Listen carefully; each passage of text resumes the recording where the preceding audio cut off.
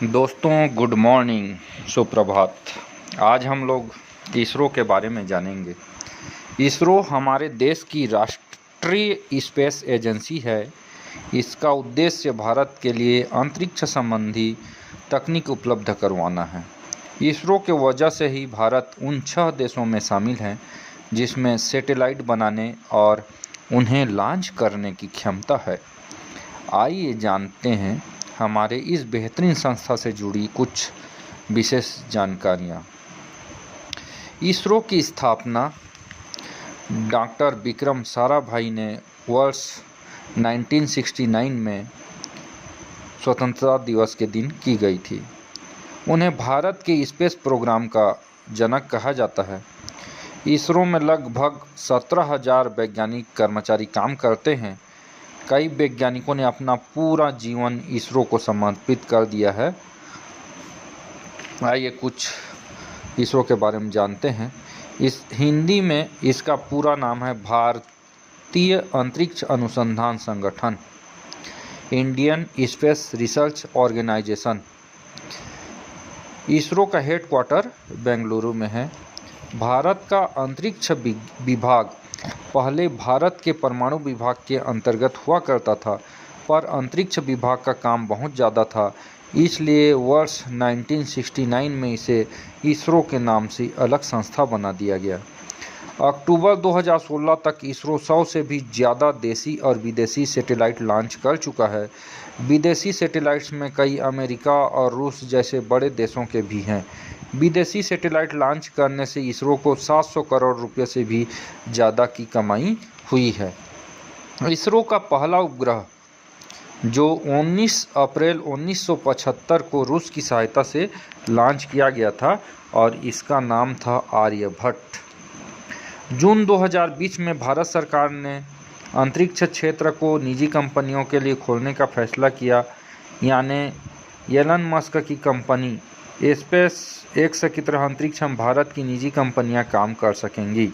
अभी केवल इसरो यह काम करता है, लेकिन इसरो एक सरकारी संस्था है।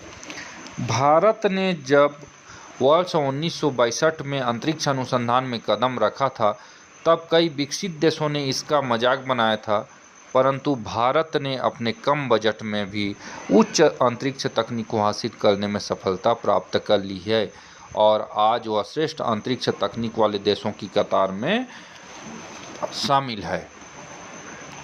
भारत में Indian national committee for space research अंतरिक्ष अनुसंधान के लिए भारतीय राष्ट्रीय समिति की स्थापना वर्ष 1962 में भारत के first prime minister Pandit Jawaharlal Nehru ji और भारतीय अंतरिक्ष कार्यक्रम के जनक डॉक्टर विक्रम साराभाई ने की थी। वर्ष 1969 में इसका नाम बदल करके इसरो रख दिया गया। इसरो ने 22 अक्टूबर 2008 को देश का पहला चंद्र मिशन चंद्रयान-1 सफलतापूर्वक लॉन्च किया था। इसरो ने 5 जून 2017 को भारी रॉकेट GSLV Mk3 लॉन्च किया। यह अपने साथ 3136 किलोग्राम का सैटेलाइट GSAT 1960 लेकर के गया। इससे पहले 2300 किलोग्राम से भारी सैटेलाइटों के प्रक्षेपण के लिए विदेशी प्रक्षेपकों पर निर्भर रहना पड़ता था। इसरो ने 11 अप्रैल 2018 को नेविगेशन सैटेलाइट IRNSS लॉन्च किया। यह स्वदेशी तकनीक से निर्मित नेविगेशन सैटेलाइट है। इसके साथ ही भारत के पास अब अमेरिका के GPS सिस्टम की तरह अपना नेविगेशन सिस्टम भी है। भारत ने 27 मार्च 2019 को मिशन शक्ति को सफलतापूर्वक अंजाम देते हुए एंटी सैटेलाइट मिसाइल ASAT से 3 मिनट में एक लाइव भारतीय सैटेलाइट को सफलतापूर्वक नष्ट कर दिया। 22 जनवरी 2020 को बेंगलुरु में इसरो द्वारा मानव युक्त गगनयान मिशन हेतु एक अर्धमानवीय महिला रोबोट व्योममित्र को लॉन्च किया गया। इसरो ने चंद्रयान-1 से चांद पर पानी खोजने में कामयाब रहा है। भूमि पर सैटेलाइट बनाने और उसे लॉन्च करने की क्षमता रखने वाले 6 देशों अमेरिका, रूस, फ्रांस, जापान, चीन और भारत में से भारत भी एक है। इसरो ने अभी तक 36 देशों के लिए करीब 346 सैटेलाइट लॉन्च किए हैं और भारत के लिए लगभग 120 सैटेलाइट लॉन्च किए हैं। अपने पहले प्रयास में मंगल ग्रह पर पहुंचने वाला भारत एकमात्र देश है, जबकि अमेरिका 5 बार, सोवियत संघ 8 बार और चीन और रूस भी अपने पहले प्रयास में असफल रहे थे।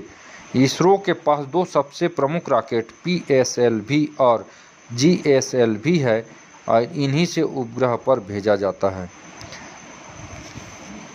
इसरो ने 25 सितंबर 2014 को मंगल ग्रह की कक्षा में सफलतापूर्वक मंगलयान स्थापित किया।